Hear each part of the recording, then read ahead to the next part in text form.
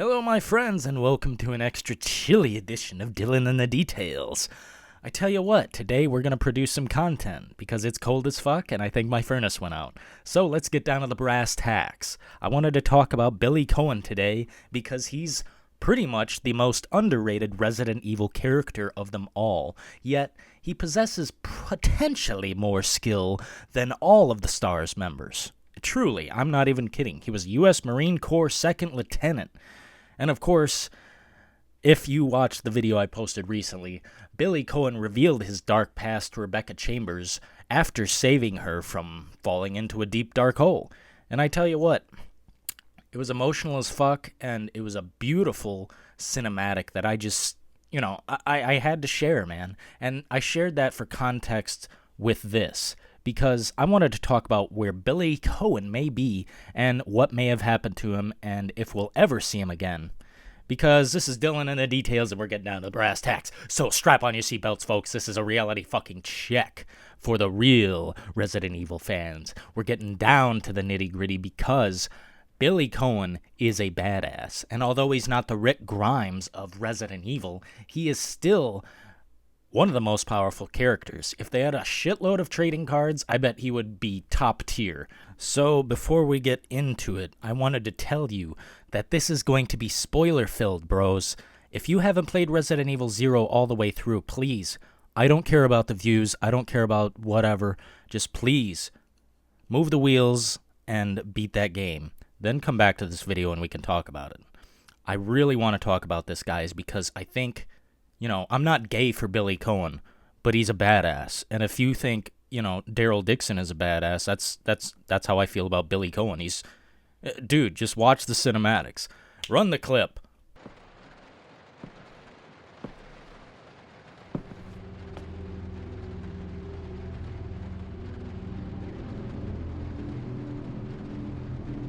Billy. Lieutenant Coen. So, you seem to know me. Been fantasizing about me, have you? You're the prisoner that was being transferred for execution. You were with those soldiers outside. Oh, I see. You're with STARS. Well, no offense, honey, but your kind doesn't seem to want me around, so I'm afraid our little chat time is over. Wait! You're under arrest. No thanks, Dollface. I've already worn handcuffs. I could shoot, you know.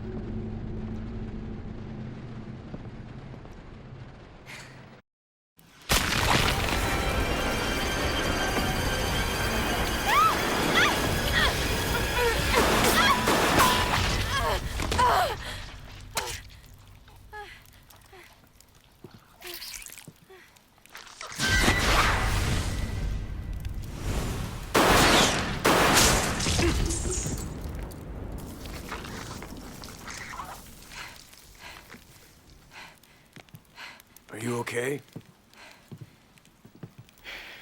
Yeah, now wasn't that badass? I tell you what, Capcom used to have their thinking caps on, and we are going in complete reverse.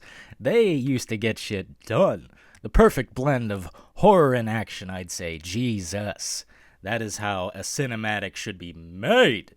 But I wanted to talk about Billy Coen, so this is your final warning. If you are not interested in being spoiled completely and you have not played the fucking game, which is a solid 8 or 9 out of 10, I'd say quit the video immediately and go do it. Here's your final warning. 5, 4, 3, 2, 1. After the final boss fight and the thrilling conclusion, Rebecca snatches Billy's dog tags and is like, well, it is time to say goodbye. She salutes him, he salutes her, and she starts heading toward the mansion. And you know what mansion I'm talking about. Now, we're not going to get into Shinji Mikami's Resident Evil because we'll be here all day and I could just juice on that nostalgia nonstop, I tell you what. So, in the aftermath of this, Rebecca does eventually go to the mansion and survives in the canon ending and returns to Raccoon City to file her report on Billy Coen.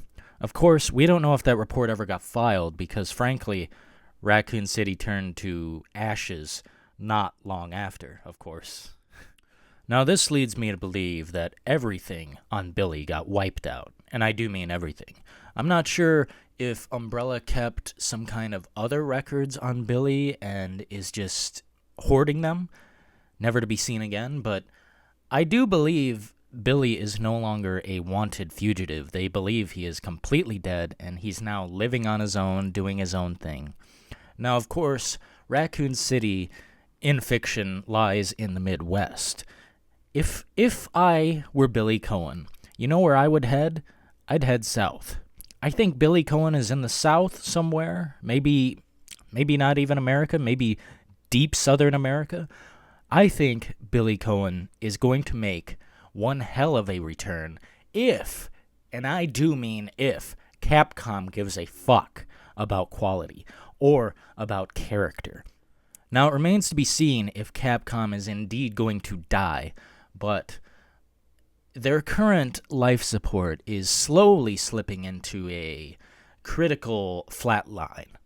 I think there's potential in bringing back this character because a lot of fans who are real fans genuinely wonder where he is, because this is the only game he appears in besides the Umbrella Chronicles, which doesn't count. I'm sorry, that doesn't count as a real Resident Evil title to me. The cinematics are kind of interesting, but I think they ruined a lot of aspects of that game. I mean, until recently, Resident Evil hasn't really had a great first-person experience, and it's hard to even call Biohazard a Resident Evil game because it's so apart from the rest that